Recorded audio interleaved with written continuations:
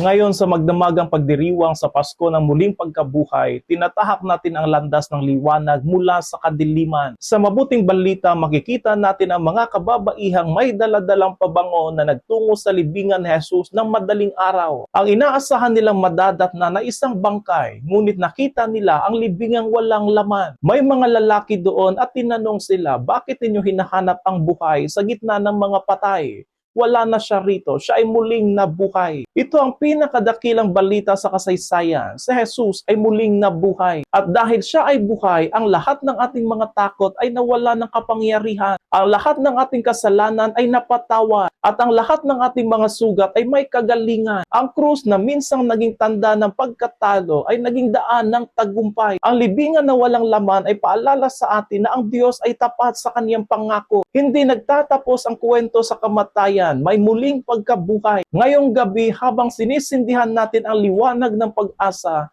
hayaan nating sindihan din ito ang ating mga puso. Huwag tayong manatili sa dilim ng kasalanan at takot. Lumakad tayo sa liwanag ni Kristo. Si Kristo ay muling nabuhay. Alleluia. Totoong siya ay muling nabuhay. Alleluia.